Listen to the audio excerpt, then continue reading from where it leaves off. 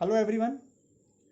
Future के जितने भी टेंसेस हैं, चाहे फ्यूचर इंडेफिनिट हो, फ्यूचर कंटिन्यूअस हो, फ्यूचर परफेक्ट हो और फ्यूचर परफेक्ट कंटिन्यूअस हो, सब के सब कहीं ना कहीं फ्यूचर की बात करते हैं, फ्यूचर टाइम को डिनोट करते हैं। तो जब सब फ्यूचर की ही बात कर रहे हैं तो ये अलग अलग टेंसेस क्यों हैं, इनकी अलग अलग स्ट्रक्चर्स क्यों हैं? वो इसलिए कि सब अपनी अपनी तरह से फ्यूचर टाइम को डिनोट करते हैं। कोई टेंस फ्यूचर का ये बताता है कि कोई एक्शन फ्यूचर में किसी टाइम होगा। कोई टेंस ये बताता है कि कोई एक्शन फ्यूचर में किसी पॉइंट ऑफ टाइम पर चल रहा होगा, कंटिन्यूटी में होगा। कोई टेंस ये बताता है कि फ्यूचर में किसी टाइम तक या किसी टाइम से पहले कोई एक्शन हो चुका होगा। और कोई टेंस ये बताता है कि कोई एक्शन किसी पॉइंट ऑफ टाइम से लेके किसी पॉइंट ऑफ टाइम तक फ्यूचर में चल रहा होगा। वैसे तो मैंने शॉर्ट में बहुत कुछ आपको बता ही दिया है, लेकिन ये काफ़ी नहीं है। फ्यूचर के जब भी टेंसेस आपको पढ़ने हो तो आप दो बातें देखिए हमेशा, चाहे किसी बुक से आप पढ़ रहे हो और चाहे किसी टीचर की क्लास कर रहे हो। पहली चीज़ तो जो मैंने आपको बताई कि इनका अलग अलग क्या क्या कॉन्टेक्स्ट है, इनके जो कॉन्टेक्चुअल स्टडी है कि किस टेंस को किस मौके पे यूज़ करना है, ये तो आप पढ़िए ही। और साथ ही साथ शैल और विल में क्या डिफरेंस है, जो कि बहुत ही क्रिटिकल पॉइंट है इंग्लिश ग्रामर का।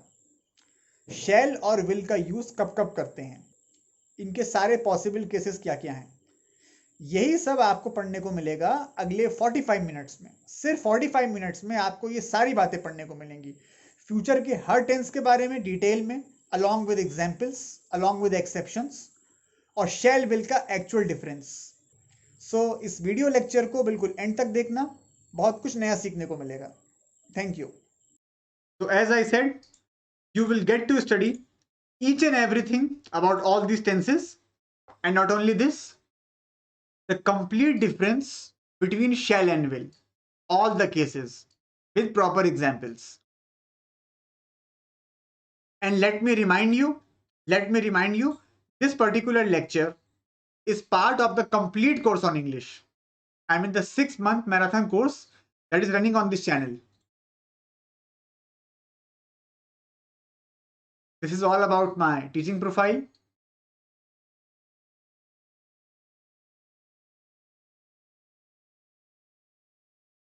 and the classes that I take on Unacademy on a daily basis. So without wasting any time, let us kick off our session. और ये 3 चीजें करना बिल्कुल ना भूलना। सीधे स्टार्ट करते हैं फ्यूचर इंडेफिनिट से। ये जो टेंस है फ्यूचर इंडेफिनिट, इसका दूसरा नाम सिंपल फ्यूचर भी होता है। और इस टेंस का स्ट्रक्चर क्या है वो तुम्हारे सामने है।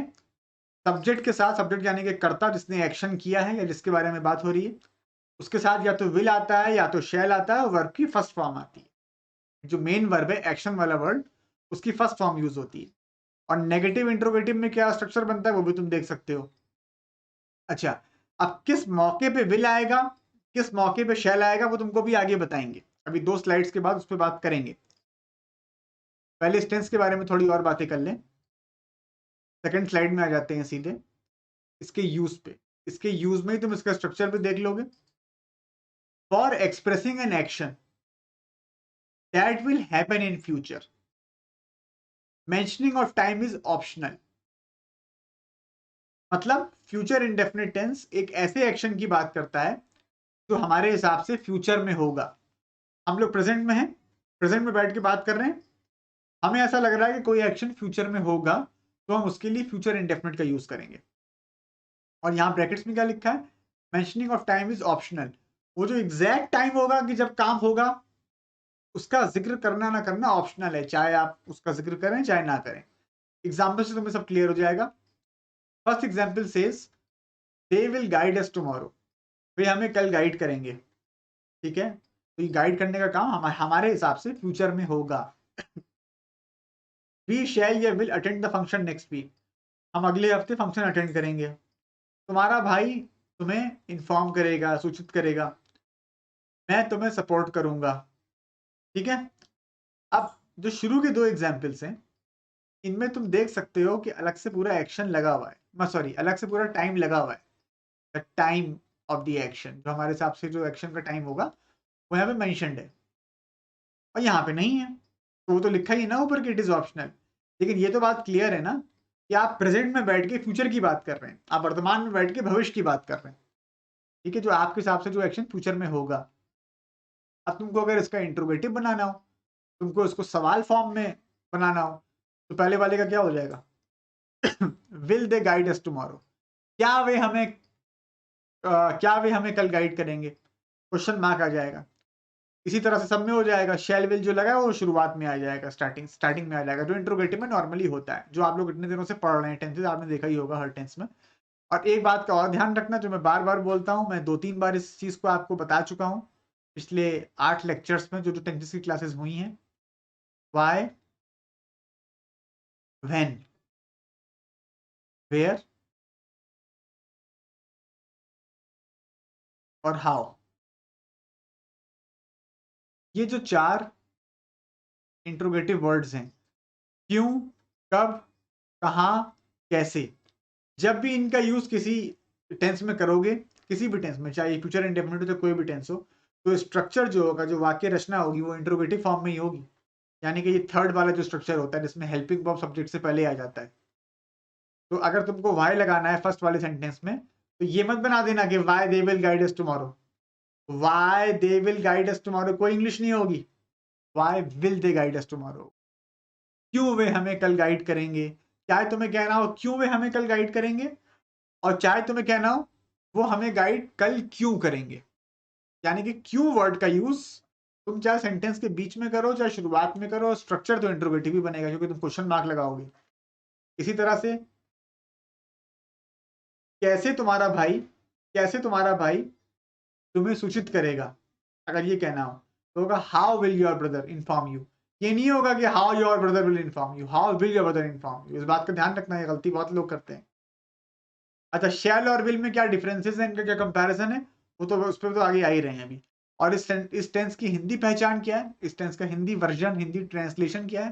गागेगी, क्योंकि जो एक्शन हमारे हिसाब से फ्यूचर में होगा, जब भी हिंदी खत्म होगी गागेगी पे, तो आपको ध्यान रहेगा कि ये टेंस जो है फ्यूचर इंडेफिनिट है।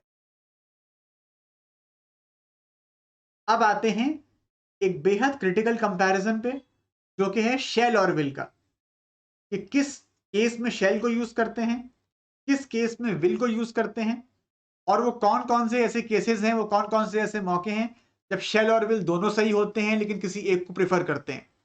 ये सारी बातें, ये सारी बारीकियां आप तुम जानने जा रहे हो। देखो 3 पॉइंट्स हैं, तुम देख सकते हो तुम्हारे सामने। ये पहला है विद द फर्स्ट पर्सन, फिर ये नीचे है दूसरा point with the third person, फिर ये थर्ड पॉइंट है with the first person for taking somebody's suggestion in interrogative structures. सबसे पहले शेल विल के डिफरेंस पे आने से पहले एक बात जान लो कि जब शैल और विल की बात आती है, तब बात आती है 2 तरह की इंग्लिश की। एक है ट्रेडिशनल इंग्लिश, पुरानी इंग्लिश, और एक है modern English, modern English grammar, जो आज की डेट में तमाम दुनिया में फॉलो होती है, रिटन में भी और स्पोकन कम्युनिकेशन में भी। अब मॉडर्न इंग्लिश ग्रामर की अगर बात करें, मॉडर्न इंग्लिश ग्रामर की बात करें, तो शैल का यूज ऑलमोस्ट खत्म हो चुका है।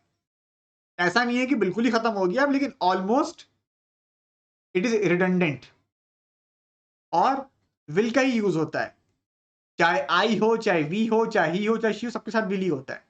लेकिन ट्रेडिशनल इंग्लिश में ऐसा नहीं था, ओल्ड इंग्लिश में ऐसा नहीं था। और इंडिया में जितने भी कॉम्पिटिटिव एग्जाम्स होते हैं, चाहे एसएससी का कोई भी एग्जाम हो, सीडीएस हो, एनडीए हो, चाहे ये तुम्हारे स्टेट लेवल के एग्जाम्स हो, चाहे सेंट्रल गवर्नमेंट वाले एग्जाम्स हो, जितने भी इंडिया में सरकारी एग्जाम्स होते हैं, इनमें ट्रेडिशनल इंग्लिश और मॉडर्न इंग्लिश का एक कॉम्बिनेशन फॉलो होता है, as far as this comparison is concerned. मतलब as far as the use of shall and will is concerned, a combination of traditional and modern English is followed in competitive exams in India. ठीक है, जो government वाले competitive exams होते हैं। सबसे पहला case इस पे कॉन्सेंट्रेट करना, कुछ और मत सोचना। With the first person in assertive sentences, first person में क्या क्या आता है? आई और वी, मैं या हम, ये आते हैं फर्स्ट पर्सन में। तो जब सेंटेंस का सब्जेक्ट होगा फर्स्ट पर्सन, तो वहां शैल भी सही होगा, विल भी सही होगा। प्रिफर करेंगे शैल को, ये चीज ध्यान रखना। स्पेशली वो स्टूडेंट्स जो किसी ना किसी कॉम्पिटिटिव एग्जाम की प्रिपरेशन कर रहे हैं। मैं यहाँ डबल टिक कर रहा हूँ या सिंगल टिक कर रहा हूँ? अगर आप फिल इन द ब्लैंक्स का कोई क्वेश्चन कर रहे हैं एग्जाम में और ऑप्शन में दोनों दिया है, मान लो सेंटेंस का सब्जेक्ट वी है या आई है, यानी कि फर्स्ट पर्सन है, और ऑप्शन में शेल और विल दोनों दिया है, तो जाहिर सी बात है कि तुम इसको टिक करोगे शेल को।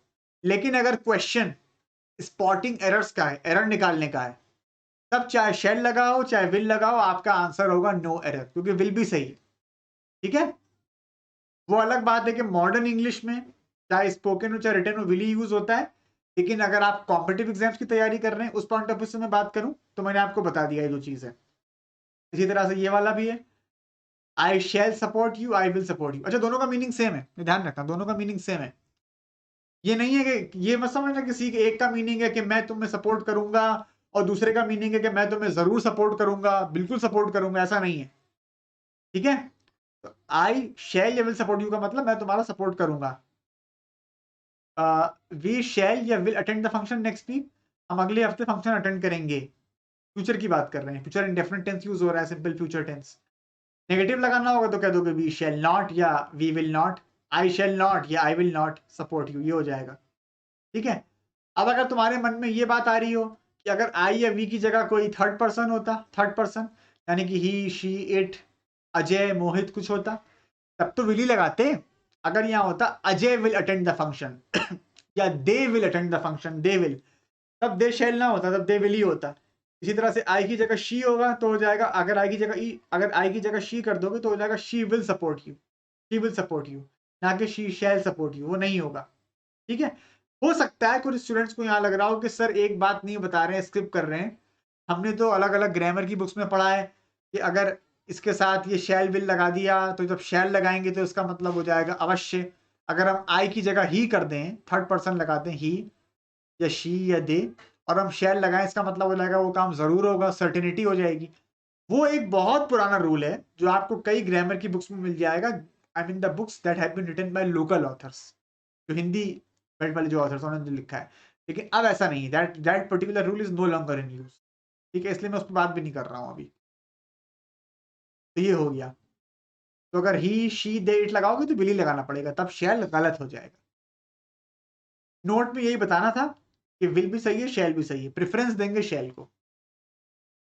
अब आ जाओ with the third person. Third person में वो सब आता है जो फर्स्ट सेकंड पर्सन में नहीं आता है। थर्ड पर्सन में हो गया he she it Ram Mohan, the table, the chair, the country, कुछ भी हो सकता है। तो थर्ड पर्सन के साथ शैल का यूज होगा। थर्ड पर्सन के साथ, थर्ड पर्सन के साथ शैल का यूज करेंगे कब? अगर आप लीगल या ऑफिशियल लैंग्वेज में बात कर रहे हैं, अगर वो लीगल या ऑफिशियल कॉन्टेक्स्ट है तब। द गिल्टी शैल पे या फाइन ऑफ ₹20,000। तुम लोगों को साफ दिखाई दे रहा होगा, ये एक तरह की कोर्ट कचहरी की भाषा है, कोर्ट का वर्डिक्ट है कि जो दोषी है वो ₹20,000 का जुर्माना भरेगा, कोर्ट का फैसला है। जब ये लीगल लैंग्वेज है तो शैल का यूज हुआ है। But then again the same thing जो ऊपर आपने देखी है अभी, यहाँ भी वही कहानी रिपीट हो रही है। यहाँ आप विल भी लगा सकते हैं, विल गलत नहीं है, but the preference will be given to शैल। ये मैं अलग से लिख भी देता हूं यहाँ पे।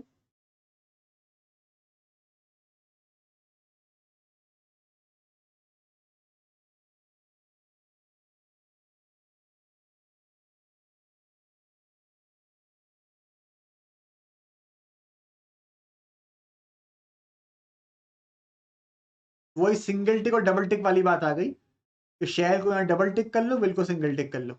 सही दोनों है। फिल इन द ब्लैंक्स में अगर आ गया और कॉन्टेक्स्ट तुमको पढ़ के समझ में आ रहा है, तुमने सेंस पकड़ लिया कि लीगल या ऑफिशियल लैंग्वेज है, तो तुम वहां पे शैल को प्रेफर करोगे। इसी तरह से all Indians shall have equal rights, सभी भारतीयों के अधिकार बराबर होंगे। बहुत से लोगों को इस सेंटेंस का मतलब गलत समझ में आता है, गलत इंटरप्रेट करते हैं बहुत से लोग कि सभी भारतीयों के अधिकार बराबर होने चाहिए।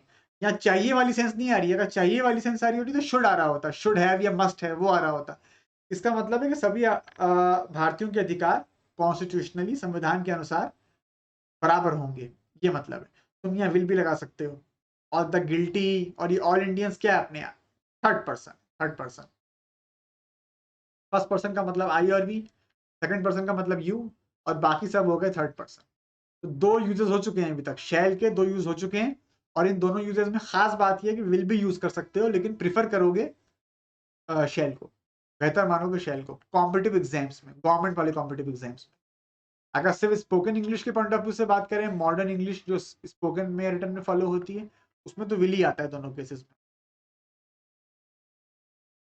विद द फर्स्ट पर्सन, ये लास्ट केस है शैल का, with the first person for taking somebody's suggestion, किसी का सुझाव लेने के लिए। वो भी स्ट्रक्चर कैसा होगा, इंटरोगेटिव होगा, यानी कि आप कोई सवाल पूछेंगे किसी से। जैसे कि हम लोग कहते नहीं है, क्या मुझे निकलना चाहिए, शैल आई लीव, क्या मुझे निकलना चाहिए, शॉर्ट में यही बोल देते हो शैल आई। क्या हमें डिस्कशन शुरू करना चाहिए क्या हमें डिस्कशन शुरू करना चाहिए, shall we start the discussion. तुम यहाँ शुड भी लगा सकते हो, यहाँ शुड लगाने में कोई पाबंदी नहीं। समझ में आई बात। शुड आई लीव, शुड भी चाहिए के लिए आता है, सजेशन लेने के लिए आ सकता है, बिल्कुल आ सकता है इंट्रोगेटिव स्ट्रक्चर में। Should be start the discussion. और इसमें जरूरी बात यह है, अगर यहाँ फर्स्ट पर्सन ना हो, आई या वी ना हो, तुम किसी थर्ड पर्सन के लिए सुझाव ले रहे हो, थर्ड पर्सन के लिए सुझाव ले रहे हो। मैं यहाँ लिख देता हूं, if you are seeking a suggestion for a third person, only should will be used. ठीक है। अगर यहाँ आई की जगह दे कर देते हो या ही कर देते हो, क्या उसे निकलना चाहिए, क्या उसे निकलना चाहिए, तो शुड ही लीव हो जाएगा। Should he leave, should they leave, should she leave, should they start the discussion, तब शैल बिल्कुल नहीं आ पाएगा। और मैं रिपीट करता हूं अपनी पुरानी बात को, यहां तो शुड आ सकता है, यहां शैल की जगह शुड आ सकता है, आई और बी के साथ आ सकता है। और अगर सुझाव आप किसी थर्ड पर्सन के लिए ले रहे हैं, जो मैंने बात बोली, तब शैल नहीं आ पाएगा, तब सिर्फ शुड आएगा।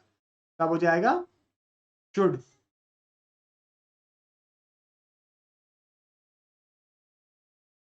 ठीक है, शैल रॉन्ग हो जाएगा। ये सब ध्यान रखना है, स्पेशली कॉम्पिटिटिव एग्जाम्स के पॉइंट ऑफ व्यू से। तो मैंने तुमको शैल के बारे में सारी बात बता दी है, जो जो कॉम्पिटिटिव एग्जाम्स के लिए रेलिवेंट है, और जो जो रिटन और स्पोकन इंग्लिश के लिए भी रेलिवेंट है, दोनों पॉइंट ऑफ व्यू से मैंने बता दिया है। कोई डाउट्स हो तो कमेंट सेक्शन में पुटअप कर सकते हो, या मुझे व्हाट्सएप कर सकते हो इस गिवन नंबर पे।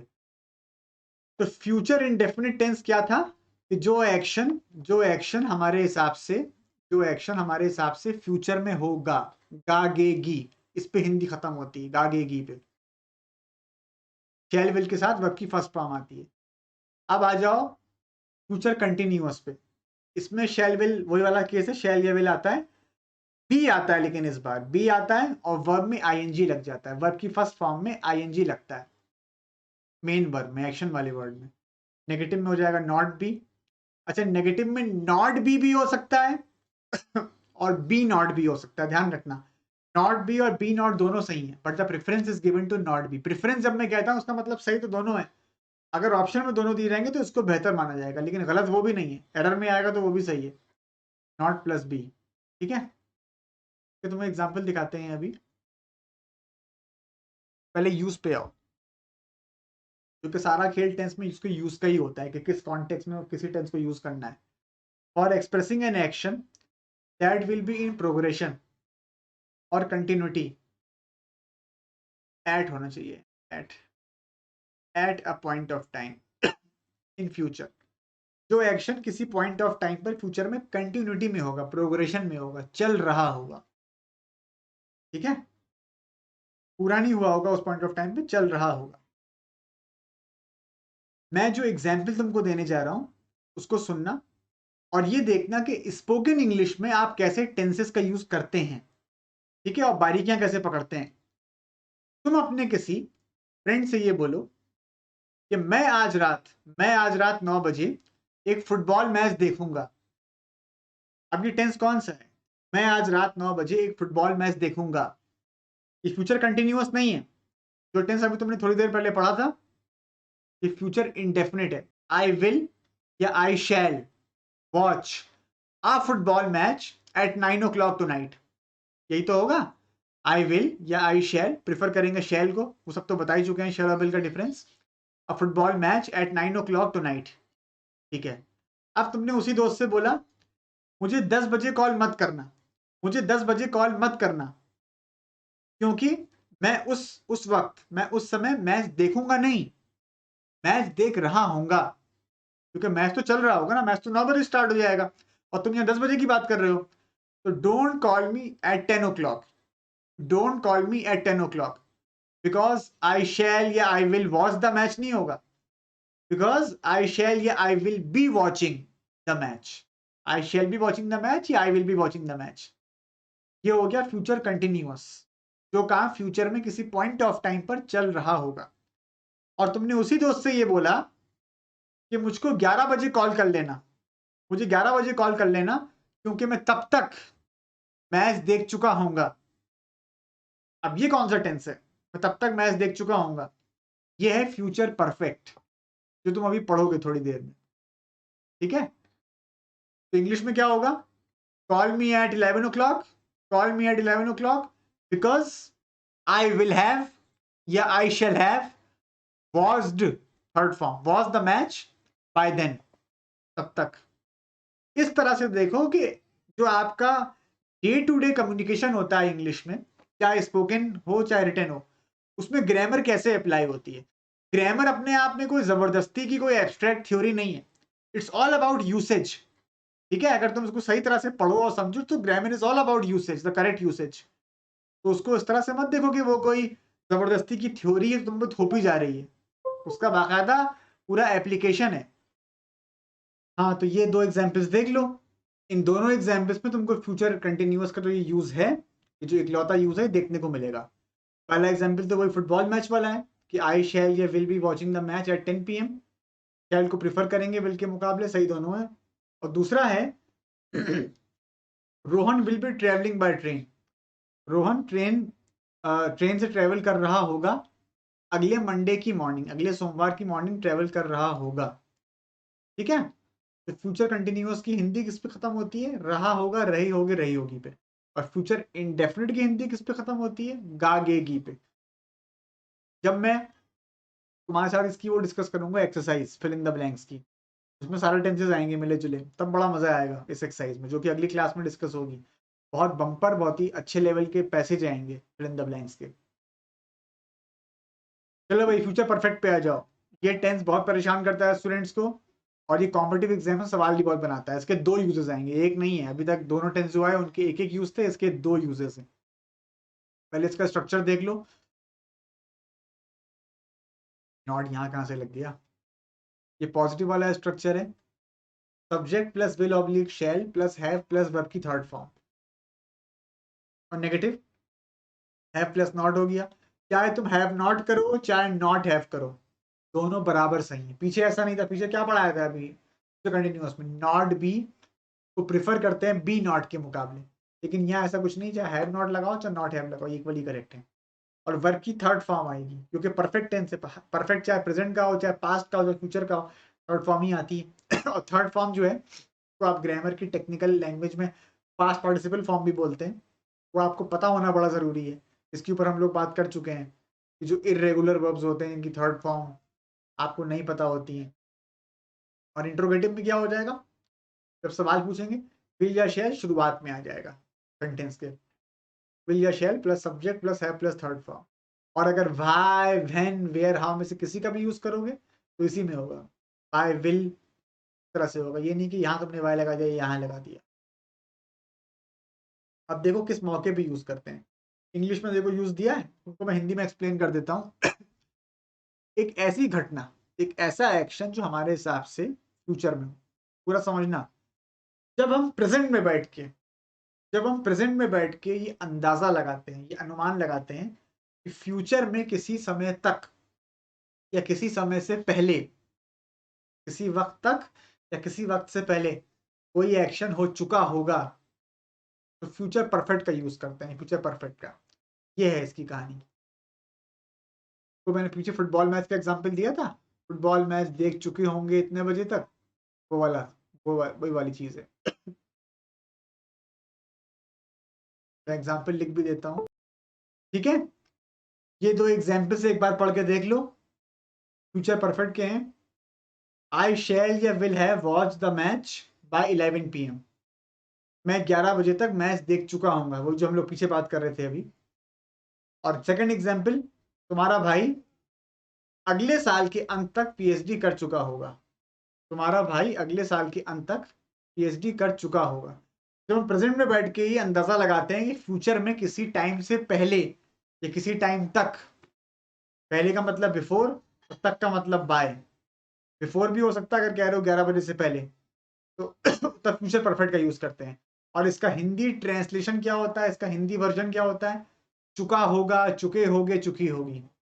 ठीक है, टेंस पकड़ना बहुत जरूरी है हर टेंस का।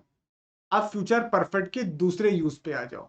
इसका एक यूज और होता है, इस पे कम स्टूडेंट्स का ध्यान जाता है। For expressing a future action that will be over before another action in the future. यानी कि इसका हिंदी में सेंस क्या हुआ? अगर फ्यूचर में दो एक्शंस मान लो होते हैं, अगर फ्यूचर में कोई दो एक्शंस होते हैं, एक एक्शन जो दूसरे एक्शन से पहले हो चुका होगा, एक घटना जो किसी दूसरी घटना से पहले हो चुकी होगी, उसके लिए फ्यूचर परफेक्ट लगाएंगे। पहले वाले एक्शन के लिए लगाएंगे फ्यूचर परफेक्ट। और जो बाद वाला होगा, देखो अलग से लिखा है, बाद वाले के लिए क्या होगा? Present indefinite. फ्यूचर इंडेफिनिट नहीं होगा, यही इसमें मजेदार बात है। बाद वाले के लिए प्रेजेंट इंडेफिनिट होगा। पहले मैं एग्जांपल लिख लेता हूं, फिर उसको समझना उसमें क्या ग्रामर लग रही है। The train will have left या डिपार्टेड, ये बनेगा इसका। The train will have left या डिपार्टेड। जब ट्रेन छूटती है तो उसके लिए तो लीव आता है या डिपार्ट आता है। ट्रेन के लिए जनरली वो गो एंड गॉन नहीं आता, ट्रेन बस टैक्सी या फ्लाइट के लिए। ये सब बारीकियां ध्यान रखो कि किस कॉन्टेक्स्ट में क्या वोकेबलरी आती है। तो लीव्स का बन जाएगा लेफ्ट और डिपार्ट का बन जाएगा डिपार्टेड। डिपार्चर्ड मत कर देना, डिपार्चर नाउन होता है। ये बात हम लोग पास्ट परफेक्ट टेंस के दौरान कर चुके हैं। जिन लोगों ने पिछले टेंसेस की रिकॉर्डिंग नहीं देखी जरूर देख लेना तेरी स्पीड पे। तो the train will have left departed before you arrive at the station या रीच द स्टेशन। अराइव लगाओगे तो एट लगाना पड़ेगा, रीच के साथ कोई प्रेपोजिशन नहीं आएगा।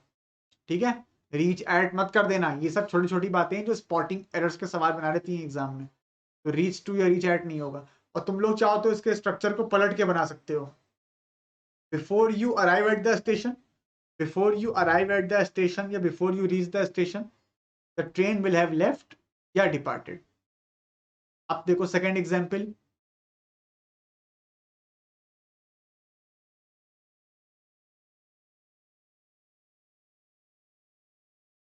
ठीक है, तो ये हो गया इसका यूज। ऐसे ही मुझे कहना हो, एग्जाम शुरू हो चुका होगा तुम्हारी क्लास में एंटर करने से पहले। एग्जाम शुरू हो चुका होगा तुम्हारी कक्षा में प्रवेश करने से पहले। The examination will have started, the examination will have started या बिगन या commenced before you enter the classroom, before you enter the classroom. या उलट के बना दो, before you enter the classroom the examination have started begun या commenced. इसमें interesting बात यह है कि जो बाद वाला एक्शन है उसके लिए फ्यूचर इंडेफिनिट नहीं आ रहा। ये सवाल बहुत बनता है अलग अलग कॉम्पिटिटिव एग्जाम्स में कि वो ये कर देते हैं बिफोर यू विल अराइव, और तुमको लगता है कि वो सही है। तुम्हारे दिमाग में क्या रहता है कि दोनों एक्शन तो फ्यूचर में हो रहे हैं, तो ये फ्यूचर इंडेफिनिट में हो जाएगा, जबकि ऐसा नहीं है। ये इसमें कंजंक्शन का कॉन्सेप्ट लग रहा है। कंजंक्शन चैप्टर में पढ़ोगे, कुछ लोगों को पहले से रूल पता भी होगा कि जो कंडीशनल और टाइम क्लॉजेस बनाते हैं, जो conjunctions before, after, when, as soon as, till, until, if ही है, कंडीशन बनाता है वो, तो उसमें फ्यूचर टेंस नहीं आता। जैसे कि मुझे कहना हो कि अगर तुम मेहनत करोगे, अगर तुम मेहनत करोगे तुम्हें सफलता मिलेगी। If you will work hard you will get success नहीं होगा, इफ यू वर्क हार्ड होगा। अभी तुमको मैं बहुत ही अच्छी तरह से, बहुत ही खूबसूरती से समझाता हूँ कंजंक्शन में, उसमें पढ़ोगे। अनअकैडमी प्लस पे तो बता ही चुके हैं, यहाँ पे तो फ्री में बता रहे हैं, सब आएगा कंजंक्शन। कोर्स इसीलिए बहुत ही दमदार चल रहा है, बहुत ही धमाकेदार चीजें आने वाली हैं इस कोर्स में। अभी तो बेसिक्स में ही है हम लोग। पार्ट्स ऑफ स्पीच के 14 लेक्चर्स हो चुके हैं। पार्ट्स ऑफ स्पीच का इंट्रोडक्शन पूरा पढ़ा दिया है। नाउन, प्रोनाउन, वर्ब, एडजेक्टिव क्या होता है उसका सब कुछ बता दिया है बहुत ही अच्छी तरह से विद एग्जांपल्स। तुम्हें दिक्कत ना हो आगे रूल समझने में। के बाद रूल्स आएंगे एक एक करके, प्रीपोजिशन की अलग, कंजंक्शन की अलग, नाउन की अलग, प्रोनाउन की अलग, एडजेक्टिव की अलग, एडवर्ब की अलग, सब आएगा। और सबके प्रैक्टिस सेट डिस्कस होंगे कम से कम 50-50 सवालों के। फ्यूचर परफेक्ट कंटिन्यूअस पे आ जाओ। तो ये थे फ्यूचर परफेक्ट टेंस के दो यूजेस, दो अलग अलग यूजेस। सब चीजें ध्यान रखना कि किस कॉन्टेक्स्ट में किस टेंस को यूज करना है। अब आ जाओ इस फ्यूचर के लास्ट टेंस पे और इस टॉपिक के last tense. Future perfect continuous. पहले स्ट्रक्चर पढ़ के देख लो एक बार। स्ट्रक्चर तुम लोग स्ट्रक्चर पढ़ो, इतने में एग्जाम्पल लिख रहा हूँ। जो एग्जाम्पल पहले डिस्कस कर चुके हैं उसी टाइप का लेके आ रहे हैं। पास्ट परफेक्ट कंटिन्यूअस में डिस्कस किया था।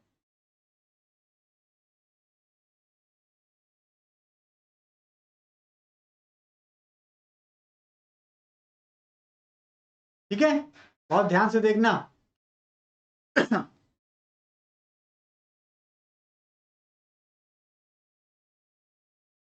देखो इस एग्जाम्पल को बहुत ध्यान से देखना। ये एग्जाम्पल तुम लोग पास्ट परफेक्ट कंटिन्यूअस में पढ़ चुके हो तो समझने के लिए। अब इसको तुम पढ़ोगे फ्यूचर परफेक्ट कंटिन्यूअस समझने के लिए। पहले कुछ बैकग्राउंड देख लो इस एग्जाम्पल का। कॉन्टेक्स्ट ये है कि कोई अजय है, कोई अजय है जो 2014 में दिल्ली में था। 2014 पास्ट में दिल्ली में था। उसके ठीक 4 साल बाद 2018 में वो लखनऊ आ गया और तब से लेके अब तक प्रेजेंट तक लखनऊ में रह रहा है। तब से लेके अब तक वो लखनऊ में ही रह रहा है। ठीक है, अब यहाँ पे हम फ्यूचर की अगर बात करें, अगर हम फ्यूचर की भी बात इसमें जोड़ दें, एक अंदाजा लगाएं 2021 में वो कहाँ रह रहा है? लखनऊ में। अभी हम 2021 में हम लोग सब बैठे हैं, हम लोग ये एस्टिमेट लगाएं, एक अजम्पशन है हमारा कि 2024 में वो लखनऊ में रह रहा होगा। मान लो हम ये कह रहे हैं कि 2024 में ये जो अजय है ये लखनऊ में ही रह रहा होगा। ठीक है, 2024 में वो लखनऊ में रह रहा होगा। अब हम लोग 2021 में बैठे हैं, बड़ा अच्छा एग्जाम्पल है, इसमें बहुत टेंशन देखने को मिलेंगे। अभी अगर हम सिर्फ इतना कहें कि अजय लखनऊ में रह रहा है, देखो स्टार्टिंग से लेके चलते हैं। अजय लखनऊ में रह रहा है, Ajay is living in Lucknow, Ajay is living या स्टेइंग इन लखनऊ, ये हो गया प्रेजेंट कंटिन्यूअस। अगर कहना हो कि अजय 2018 से या 3 सालों से लखनऊ में रह रहा है, अजय 2018 से या 3 सालों से लखनऊ में रह रहा है। अजय हैज बीन लिविंग या स्टेइंग इन लखनऊ 2018 या फॉर 3 years, 2018 या फॉर 3 years। अब तुम्हें ये कहना हो, अब तुम्हें ये कहना हो कि अजय 2024 में, ध्यान से सुनना, अजय 2024 में 2024 में लखनऊ में रह रहा होगा। बस इतना कहना हो, कब से रह रहा होगा नहीं, बस अजय 2024 में लखनऊ में रह रहा होगा। तो कौन सा टेंस यूज होगा? कम ऑन सोचिए। लाइव होते तो और मजा आता, आप लोग बता पाते कमेंट सेक्शन में। हो जाएगा अजय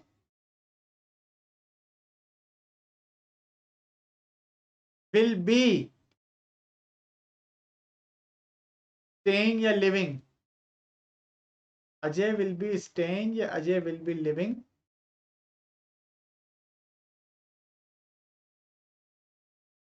इन Lucknow.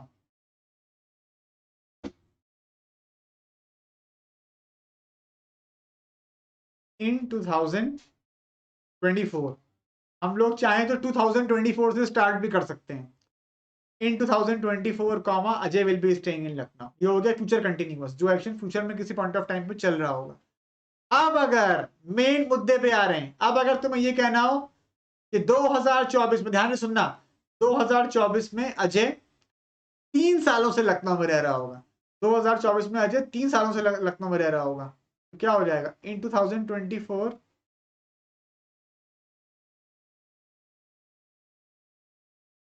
Ajay will be staying, बिल्कुल नहीं होगा, ध्यान रखना, क्वेश्चन बन सकता है एग्जाम में।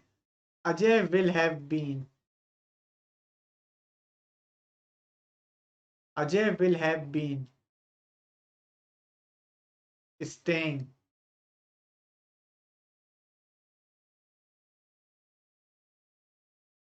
इन लखनऊ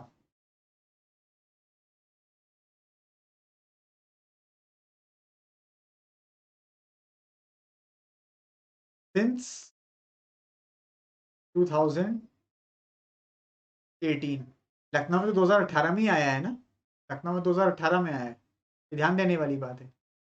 या फॉर 6 years, 3 years नहीं, फ्यूचर तक की बात कर रहे हैं, फ्यूचर तक की, फॉर 6 years, यही तो इसमें ध्यान देने वाली बात है, यही तो क्रिटिकल पॉइंट है। फॉर 3 ईयर्स तो तब होता अगर वो प्रेजेंट परफेक्ट कंटिन्यूअस यूज कर रहे होते, Ajay has been staying in Lucknow होता। तो इसका मतलब ये हुआ कि आप एक ऐसे एक्शन की बात कर रहे हैं, यहाँ थोड़ी सी ओवर राइटिंग हो गई है, ओवर राइटिंग तो क्या कंजेस्टेड हो गया है, कि जो शुरू हुआ पास्ट में, हम लोग 2021 में बैठे हुए हैं, प्रेजेंट में, एक्शन लखनऊ में रहने का स्टार्ट हुआ पास्ट में और कहां तक जा रहा है, फ्यूचर तक। तो ऐसे एक्शन का स्टार्टिंग पॉइंट या ड्यूरेशन बताने के लिए फ्यूचर परफेक्ट कंटिन्यूअस का यूज होता है सिंस फॉर के साथ। समझ में आई बात? मैं दोहरा रहा हूं, मेरी जो मैंने बोला मैं दोहरा रहा हूं उस बात को।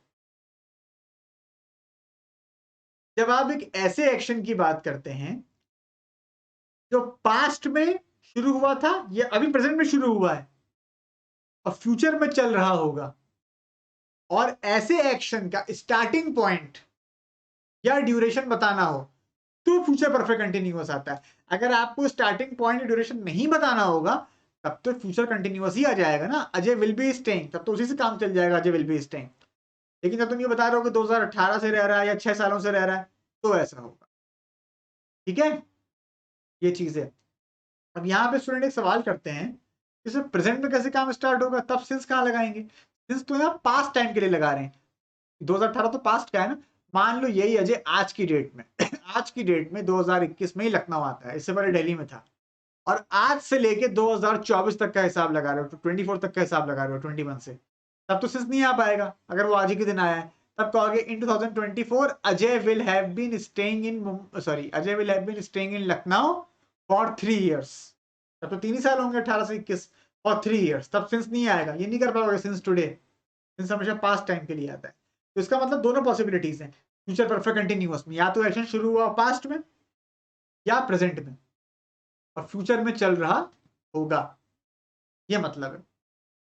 ठीक है, अब एक और बारीकी है इसमें अच्छी।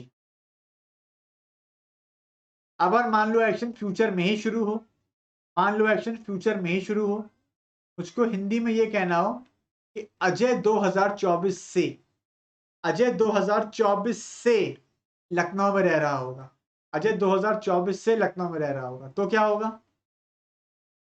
Ajay will have been staying in Lucknow since 2024, Ajay 2024 से लखनऊ में रह रहा होगा, और 24 फ्यूचर का ही है, 21 में बैठे हैं हम लोग।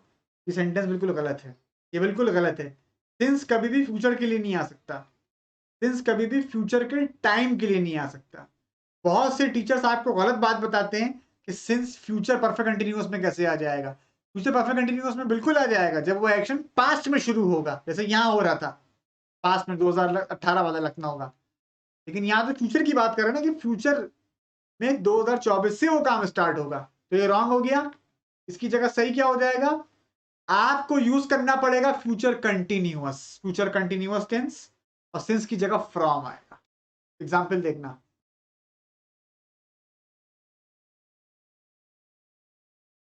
ठीक है, ये एग्जाम्पल है, Ajay will be staying in Lucknow from 2024।